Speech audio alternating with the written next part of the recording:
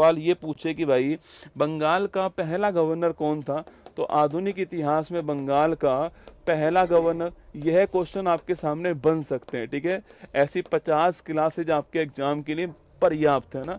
लिखिए बंगाल का पहला गवर्नर जनरल, बंगाल का पहला गवर्नर जनरल कौन था, अगर ये सवाल आ जाए आपके सामने।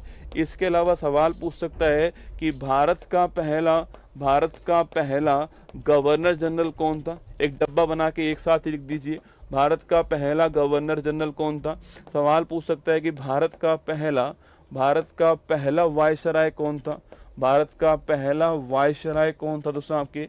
इसके बाद पूछूं आपसे दोस्तों आपके भारत से लिखना, आपके आज़ाद भारत का लिखना, भारत पहले भारतीय गवर्नर जनरल कौन थे, पहले और अंतिम भारतीय गवर्नर जनरल कौन थे, यह क्वेश्चन भी आपके सामने बन सकता है। ठीक है, चलिए देखिए दोस्तों पहला क्वेश्चन आपके सामने। ठीक है, तो पहला क्वेश्चन की बात करूं आपसे, तो बंगाल का पहला गवर्नर कौन आपके, अरे बंगाल का पहला गवर्नर कौन है, क्लाइव, कौन है, क्लाइव, आपको ध्यान रखना है। ठीक है, अगला बंगाल का पहला गवर्नर जनरल पूछो दोस्तों कौन आपके, तो वॉरेन हेस्टिंग्स, कौन है, वॉरेन हेस्टिंग्स जो है, ये नाम आपको ध्यान रखना है। भारत का पहला गवर्नर जनरल कौन है, विलियम बेंटिक, कौन है, विलियम बेंटिक जो है, इनका नाम आपको ध्यान रखना है। ठीक है, इसके बाद पूछूं आपसे भारत का पहला वायसराय कौन है, तो भारत का पहला वायसराय ना आपके कैनिंग जो है, भारत का पहला वायसराय था 1857 जो आपकी क्रांति हुई थी उसके बाद में ना।